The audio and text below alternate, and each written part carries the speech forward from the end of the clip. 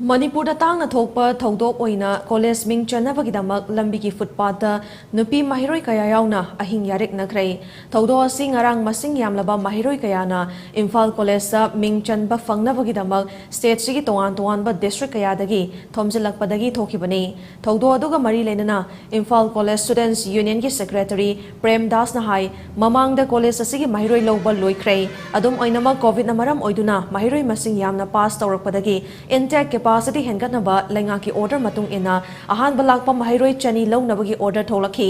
madugi matung ina mahiroi singasi ngasi college asada Ming Channaba ginabag laknaduna ahing lekpa horakhibani haiki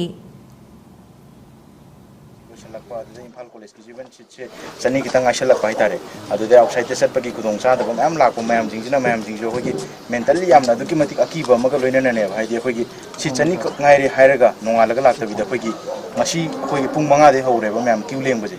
mi chani logada jogi mi chani hela bane hoji hoji leiri je nongandri hoji pung 12 tadri aduna takpadi hogi leiri ba satra jingje hogi aduki matik akiba fiom da leiri na tak